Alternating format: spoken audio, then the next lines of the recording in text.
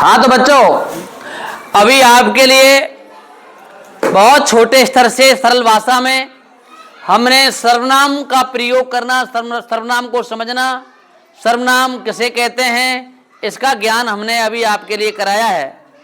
मैं आपको बता रहा था कि सर्वनाम जो होते हैं ये दो प्रकार के होते हैं। एक तो उत्पत्ति के आधार पर अर्थात मूल सर्वनाम होते हैं, जो मैं आपको बता रहा था। ये मूल सर्वनाम है, ये आप ब्लैक बोर्ड पर देख रहे हैं। ये जो मूल सर्वनाम है ये 11 होते हैं। ये मूल सर्वनाम 11 होते हैं। मैं, तू, आप, यह, वह, जो, सो, कोई, कौन, क्या, कुछ, ये सर्वनाम होते हैं। ये 11 होते हैं। इन 11 सर्वनामों से ही आगे अन्य सर्वनामों का भी निर्माण हो जाता है। इस प्रकार से हम अगर कहें तो आपको अगर परीक्षा में पूछा जाए कि सर्वनामों के प्रकार कितने हैं, तो प्रकार तो वो अलग होते हैं 6, लेकिन सर्वनामों की संख्या पूछी जाए तो मूल रूप से सर्वनामों की संख्या होती है 11। कितनी होती है? 11। ये ध्यान रखना है, आपको रटने की चीज है कि सर्वनामों की संख्या कितनी होती है? 11 होती है। मूल सर्वनामों की संख्या 11 होती है। उत्पत्ति के आधार पर सर्वनामों की संख्या कितनी होती है? 11 होती है। अब हम प्रयोग के आधार पर बात करें तो प्रयोग के आधार पर जो सर्वनामों की बात करें तो सर्वनामों के प्रकार 6 होते हैं। आपको मैंने समझाया सर्वनामों की संख्या कितनी होती है? 6। प्रयोग के आधार पर सर्वनामों की संख्या कितनी है? 6। जिसमें सबसे पहला है पुरुषवाचक सर्वनाम। पुरुषवाचक सर्वनाम उसे कहते हैं जो किसी व्यक्तिवाचक संज्ञा के स्थान पर काम आता है या किसी व्यक्ति के स्थान पर काम आता है। यानी पुरुष माने क्या है? व्यक्ति।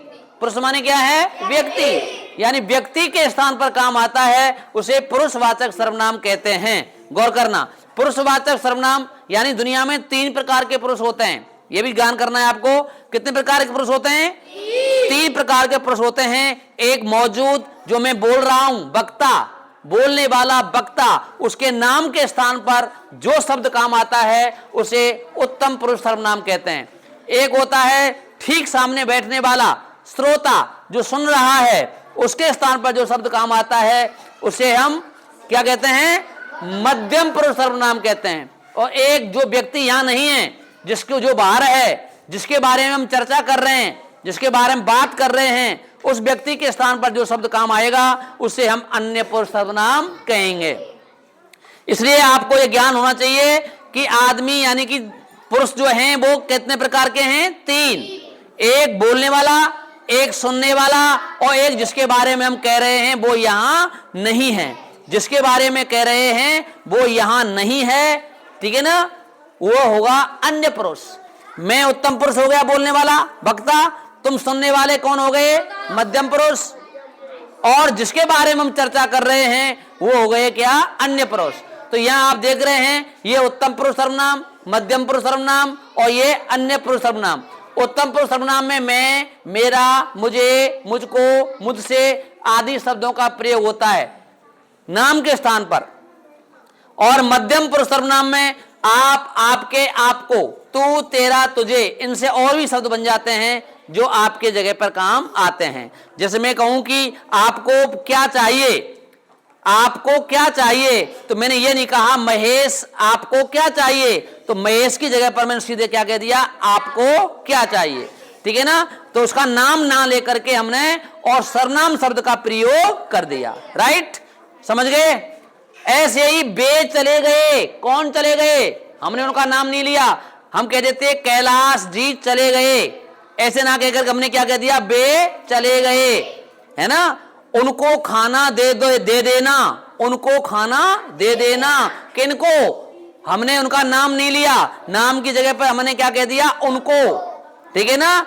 ऐसे करके ये होता है आपका क्या? अन्य पुरुष सर्वनाम। सब बच्चे ध्यानपूर्वक सुनना इस बात को। ये पुरुषवाचक सर्वनाम के 3 प्रकार हैं। मैं बार बार समझा रहा हूं, सुन लेना बेटा। सबसे महत्वपूर्ण टॉपिक है, ध्यान रखना, आपकी परीक्षा में 2 नंबर का आता है। ये क्या कर रही है लड़कियां? इधर ध्यान दो, सीधा ध्यान रखिए। आपकी परीक्षा में 2 नंबर का प्रश्न आएगा, ये 2 नंबर का। ठीक है ना। कि अब इनमें से कोई सा भी आ सकता है। आपको यूं ही पूछा जा सकता है सर्वनाम किसे कहते हैं, कितने प्रकार के होते हैं, परिभाषा दीजिए। आपको यूं पूछा जाता है कि मूल सर्वनामों की संख्या कितनी होती है, 11। आपसे यूं पूछा जाता है प्रयोग के आधार पर सर्वनाम कितने प्रकार के हैं, 6। ऐसे पूछा जा सकता है। आपसे यही पूछा जा सकता है कि पुरुषवाचक सर्वनाम के कितने प्रकार हैं, पुरुषवाचक सर्वनाम के कितने प्रकार हैं। आप देख रहे हैं पुरुषवाचक सर्वनाम के 3 प्रकार हैं। राइट, समझ में आ गया? किसी को कोई डाउट तो नहीं है? सब बच्चे कर देंगे ना, प्रत्येक की परिभाषा लिख देंगे ना?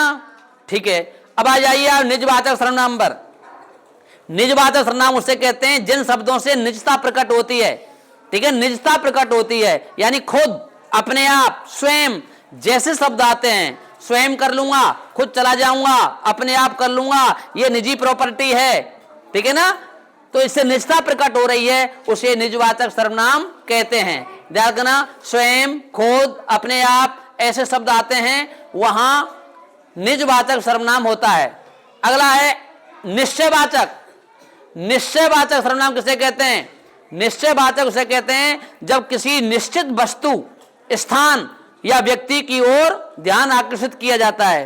निश्चित, ठीक है ना, निश्चित, जैसे बे बैग उसके हैं, बे बैग उसके हैं, ठीक है ना, वह मकान मेरा है, ठीक है ना, वह उसका घर है। समझ रहे ना, इनसे निश्चितता प्रकट होती है, बे, ये, यह, वह आदि।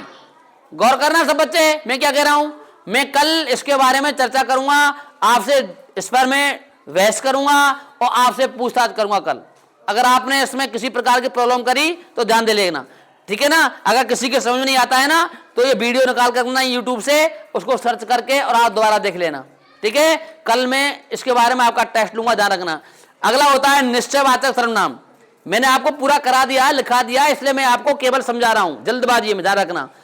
निश्चयवाचक किसे कहते हैं? निश्चयवाचक किसे कहते हैं? जिसे किसी निश्चित वस्तु, स्थान, ठीक है ना, का ज्ञान होता है। निश्चय, सॉरी अनिश्चय, अब अनिश्चय बात कर रहा हूं, मैं निश्चय बात कर लिया, अनिश्चय की बात कर रहा हूं। तो किसी अनिश्चित वस्तु की ओर ध्यान जाता है, कोई निश्चय नहीं है, कितनी वस्तुएं हैं, कितने आदमी हैं, कितने प्राणी हैं, ठीक है ना। जैसे कोई आ रहे हैं, कौन आ रहा है, ठीक है ना। कुछ खेल रहे थे, कितने खेल रहे थे, ठीक है ना। ऐसे शब्द आ जाते हैं, कुछ, कोई, कम, अधिक, थोड़ा, ये भी उसी में आते हैं जिसमें जिनसे अनिश्चितता प्रकट होती है, ठीक है ना।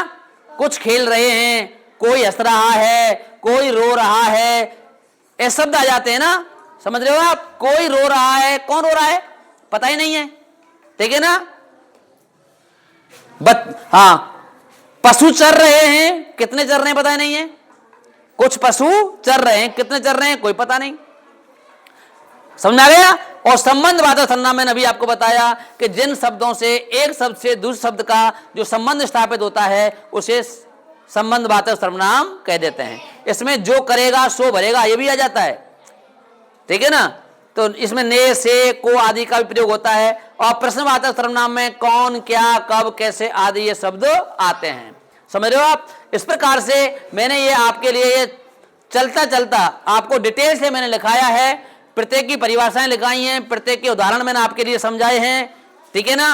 और इसको पूरा कालांश हमने लगभग 1 घंटे का लिया और आपको सर्वनामों के बारे में ठीक प्रकार से समझाया।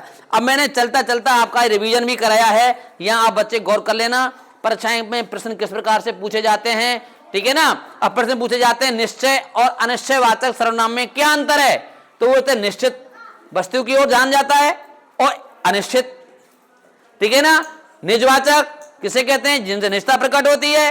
पुरुषवाचक किसे कहते हैं? जो किसी पुरुष के अर्थात व्यक्ति के स्थान पर जो शब्द काम आता है, समझ गए ना। राइट, फिर कह रहा हूं दोबारा ध्यान दे लेना। मूल सर्वनामों की संख्या कितनी होती है? मूल सर्वनामों की संख्या कितनी होती है? 11 होती है। इसको हम उत्पत्ति के आधार पर सर्वनाम कह सकते हैं।